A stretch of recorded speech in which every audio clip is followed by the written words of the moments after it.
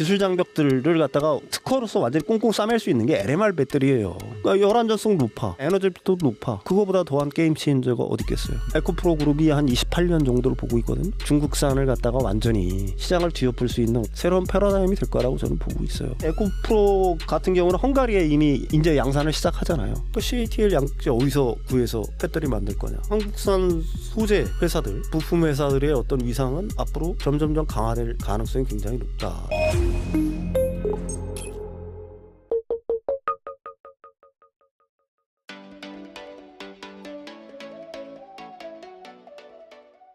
그리고 배터리 원가 구조를 보면 양극재가 차지하는 비중이 가장 크고 동시에 기술 장벽도 높은 영역으로 평가를 받고 있습니다. 향후 한 5년 좀 장기적인 기준으로 봤을 때 배터리 소재 중에서 양극재가 가장 큰 성장성과 폭발력을 가진 분야 이렇게 보시나요? 어떻게 보세요?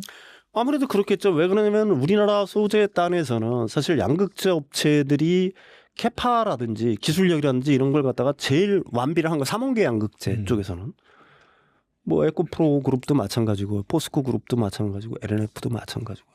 특히 하이니켈 부분에서는 아직 CATL이 못 쫓아가고 있는 것들이니까 향후 5년을 본다라고 하게 되면 거기 뭐 4680 배터리라든지 뭐 이런 게 지금보다 고성능 고밀도의 어떤 배터리들 안정성은 좀 강화되고 있는 측면들 이런 쪽으로 들어가니까 한국 회사들이 아무래도 더 큰 어떤 뭐라고 할까요? 성장의 기회를 맞을 수밖에 없겠죠. 그러니까 일부에서는 자꾸 LFP 배터리가 그 전기차 시장을 침투할 거라고 얘기를 하는데 제가 거듭 말씀드리지만 그 중국산이라고 다 LFP 배터리가 아니에요. 삼원계, 중간급 삼원계, 그 CATL 그런 쪽으로 해서 많이 다는 거예요. 이 LFP 배터리는 전기차로서는 한계가 있어요. 뭐 이제 고밀도 LFP라든지 아니면은 뭐 이런 것들은 ESS 시장에서는 이제 뭐 훨씬 유용한 가치가 되고 완전히 저가형. 뭐 가령 뭐 동남아라든지 뭐 이런 EM 시장에 나가는 뭐 주행 거리라든지 이런 거보다는 그럴 때는 LFP가 쓰일 수 있지만은 이게 그 전기차를 갖다가 타본 사람들은 사실 뭐 충전 일주일에 한 번 하면 되는 걸 한 3일에 한 번씩 한다고 해보세요. 이거 짜증나잖아요. 그렇죠. 네, 그런 측면에서 그다음에 이게 그 뭐 이거 좀 기술적인 얘기지만은 CATL을 높게 쓰면 쓸수록 LFP의 수명이 떨어져요. 이제 몇 년 있으면 결론이 날 거예요. 아. 그렇게 보는 거고 더 중요한 이유는 우리나라 이제 차세대 그 양극재로서 제일 차세대 배터리로서 제일 각광을 받고 있는 게 그다음에 기술 장벽들을 갖다가 완전히 그 특허로서 완전히 꽁꽁 싸맬 수 있는 게 LMR 배터리예요. 그러니까 리튬 망간. 망간. 네. 예, 예, 예. 이 LMR 배터리가 거의 한 28년이면 이제 상용화 될 거예요. GM에서도 준비를 하고 있고 이게 어떤 특성을 갖고 있냐면 가격은 LFP 수준, 에너지 밀도는 삼원계 수준, 안정성도 LFP 수준. 완전 게임 체인저. 게임 체인저예요, 게임 체인저.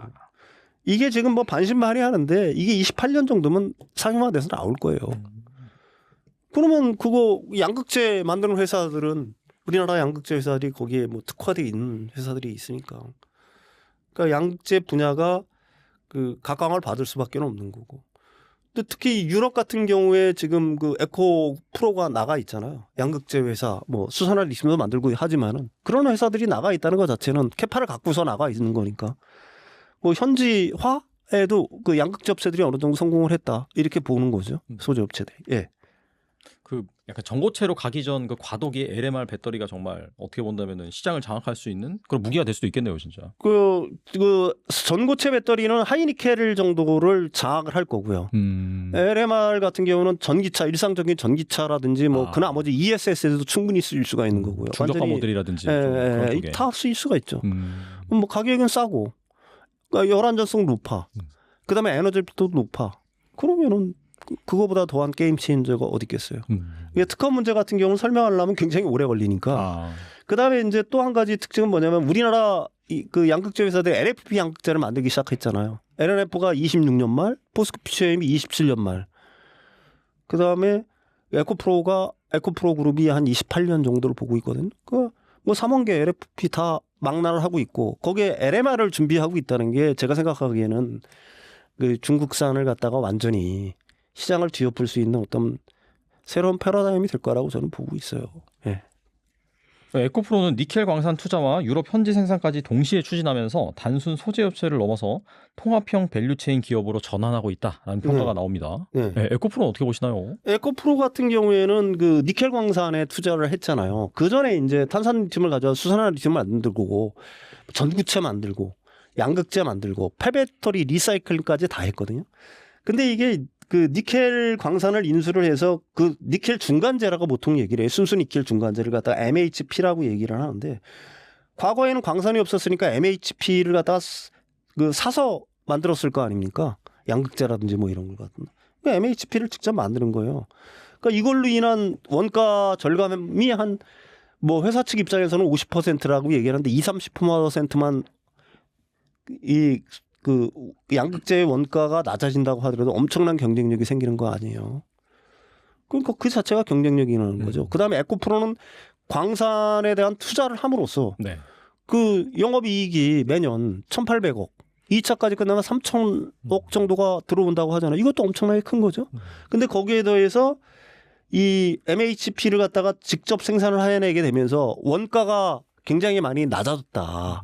그러니까 다른 양극재 회사보다는 그런 이점이 있다. 특히 이제 에코프로 같은 경우는 헝가리에 이미 이제 양산을 시작하잖아요. 헝가리에서. 그러니까 이거는 유럽 영내에 진출한 우리나라 최초의 양극재 회사고, 특히 그 유럽 영내 생산 기준을 CRMA법을 갖다가 이건 정확하게 맞추는 거잖아요. 유럽 영내에 생산하는 거니까. 그다음에 원가도 나죠. 그러니까 헝가리에 그 우리나라 삼성 SDI라든지 SK온 기존의 고객들도 있지만 거기 CATL 공장 옆에 있잖아요. 그 CATL 양극재 어디서 구해서 배터리 만들 거냐? 가능성이 제일 높은 건 중국에서 들여올 거예요, 양극재? 물류 비용이요. 그런 쪽에 어떤 모멘텀이 있을 수 있다. 그다음에 뭐 양극재의 품질이야 말할 필요도 없는 거고요. 여기서 원가까지 낮아진다라고 하게 되면은 가격까지 낮아진다면 경쟁력은 엄청나게 생길 수밖에 없겠죠. 예. 또 업계에서는 2026년, 2027년을 2차 전지 소재 기업들의 결정적인 분기점으로 보고 있습니다. 특히 뭐 음극재, 전구체, LFP 양극재 등에서 탈중국 공급망 본격 완성되는 시점이 2027년이라고 하더라고요. 네네. 그래서 2027년이 이 소재 기업들에게 중요한 해가 될 수밖에 없는지 어떻게 보시나요? 맞습니다. 결국은 중국하고 우리가 이제 좀 분리했던 측면은 뭐냐면은 그 양극재 회사라고 하더라도 전구체를 갖다가 가령 뭐 중국산을 쓴다거나 뭐 이런 경우들이 많았잖아요. 근데 그 부분을 갖다가 지금 수직 계열화를 갖다가 해나가고 있는 거고 어느 정도 돼가고 있는 거거든요. 가령 뭐 지금 아까도 얘기했지만 그 리튬이엄이라든지 우리가 특별히 그 중국 애들보다 못하는 측면들이 있는 게 있어요. 그다음에 LFP 양극재를 만드는 건 그렇게 어려운 게 아닌데 LFP 같은 경우도 LFP 전구체 이거 전부 다 중국의 CNG화라든지 이런 쪽에 지금 의존하고 있는 거 아니겠습니까?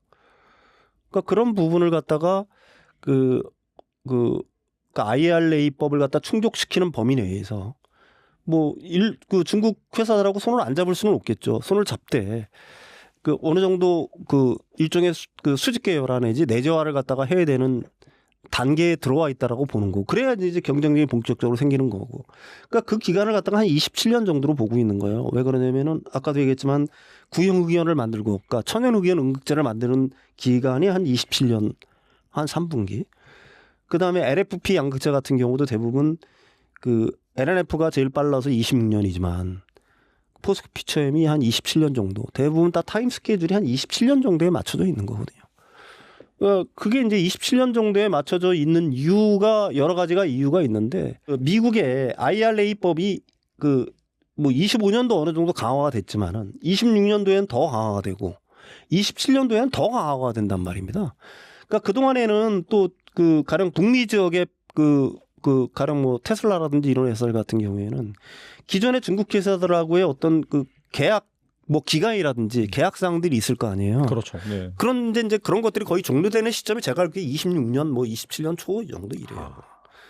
그러니까 그때가 되면은 이제 대부분 다 한국산이라든지 아니면 일본산이라든지 뭐 이런 쪽으로 눈을 돌릴 수밖에 없는 거 아니겠습니까? 그러니까 한국산 소재 뭐 회사들 부품 회사들의 어떤 위상은 앞으로 제가 보기에는 점점점 강화될 어떤 가능성이 굉장히 높다 이렇게 봐야 되겠죠. 네. 그런데 끝으로 이 다가올 2026년 2차 전지 투자 전략을 어떻게 가져가면 좋을까요? 그 뭐 이렇게 저는 생각을 해요. 제가 이제 방송에서 꾸준하게 하는 얘기지만 2차 전지를 갖고 계신 분들은 굉장히 오래 참으셨던 분들이에요. 그렇죠. 네. 그러니까 이제 얼마 전에 한 2배 정도 올랐으니까 거기에는 이미 탈출하신 분들도 사실은 있겠죠.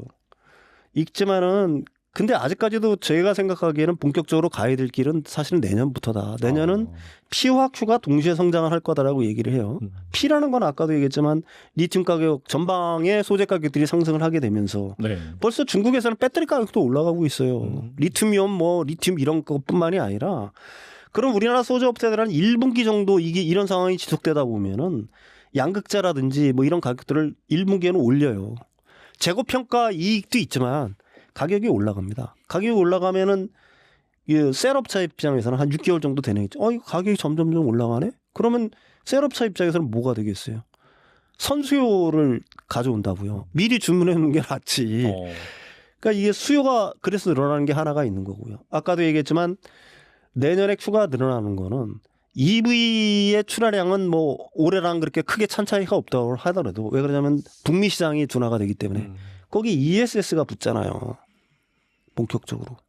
그다음에 내년에 또 뭐 붙어요? 휴머노이드 로봇 붙잖아요. 로봇에 배터리 들어가야 되잖아. 그다음에 지금 로보택시가 급격하게 늘어나고 있잖아요. 이 로보택시 시장이 원래 큰 거예요. 이게 진짜. 이게 일론 머스크는 200만 대라고 얘기하는데 그 양반은 약간 좀 과장이 있으니까 이거 100만 대만 만약에 내년에 풀린다라고 해보십시오. 로보택시 한 대에 50kWh 배터리가 장착된다라고 하게 되면은 100만 대면 이게 50기가와트예요. 50기가와트. 이게 작은 용량이 아니에요. 그러면은 아까 북미 지역에서 17기가와트 아워 정도가 준다라고 했잖아요. 로보택시 하나가 이걸 몇 배 보충하고도 남는 거예요.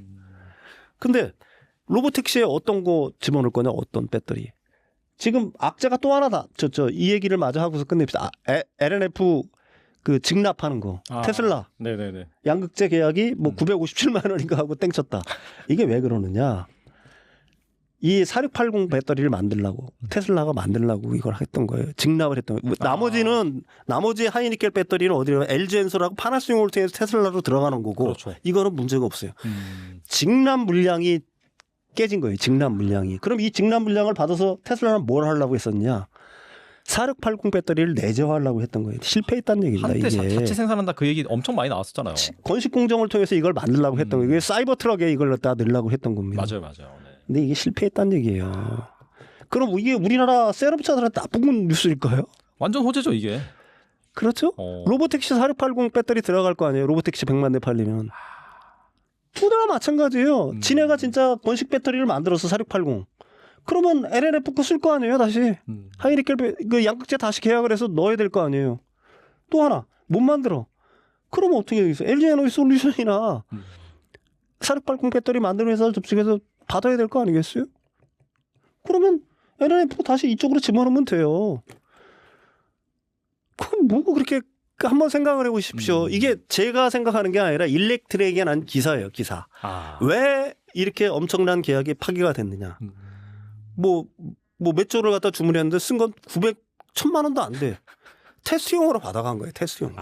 근데 그걸 실패했기 때문에 못 가져간 거죠. 그렇죠. 네. 네, 그렇게 봐야 되는 거예요. 그럼 그게 우리나라 셀업체들한테 나쁜 거냐? LNF 입장에서 손해지만 언젠가는 들어가야 될 물량이라 이거예요. 가령 로보택시가 활성화되거나 뭐 사이버 트럭이야 이미 물건 더 어느 정도 갔다라고 하지만은 그 대체되는 거를 갖다가 만약에 그 테슬라가 성공을 시킨다라고 한다면 언젠가는 들어가야 될 물량이란 얘기입니다. 그렇죠. 그렇게 봐야죠. 예. 지금 뭐 그냥 계약 취소되고 방금 말씀하신 그런 이슈가 나오면서 주가가 흔들리는 거는 너무 그 센티가 좀 예민하게 반응하고 있다. 그렇게 볼 수 있는 거네요. 아, 당연히 그렇죠. 그게 그 간접적으로 들어가는 물량에는 전혀 이상이 없어요. 직납. 테슬라에 직납하는 물량이 뻐그러진 거거든요. 그럼 테슬라는 그 직납하는 물건을 받아서 어디다 쓰려고 그랬던 거예요, 도대체. 4680 배터리를 만들어서 내재화를 해서 사이버 트럭에다 집어넣으려고 했던 겁니다. 근데 이거 거의 지금 이렇게 됐다는 얘기는 뭐예요? 거의 실패했다라고 봐야 되겠죠? 내재화가 건식 공정 내재화가 거의 많이 어려워졌다는 얘기거든요. 대신 간접으로 들어가는 거 가령 LG 에너솔루션이나 파나소닉을 통해서 들어가는 거 오히려 물량이 늘었잖아요. 네. 또 이렇게 2차 전지 최근에 반등이 좀 세게 나오다가 갑자기 뭐 계약 네네. 취소 이슈 나오면서 주가가 미끄러져가지고 기대하셨던 분들 많이 실망하셨을 것 같은데 대신에 이제 평론가님 말씀을 들어보니까 이게 단기적인 노이즈고 장기적으로는 오히려 좋은 구조적으로 뭔가 더 나아지는 그런 흐름에 있음은 또 분명한 것 같습니다. 자, 그런 관점에서 여러분들이 좀 인내하시면서 이 업황 동향을 잘 살피시면서 투자하신다면은 좋은 결과가 있을 거라고 생각이 됩니다. 네, 지금까지 윤석천 경제평론가님 좋은 말씀 감사합니다.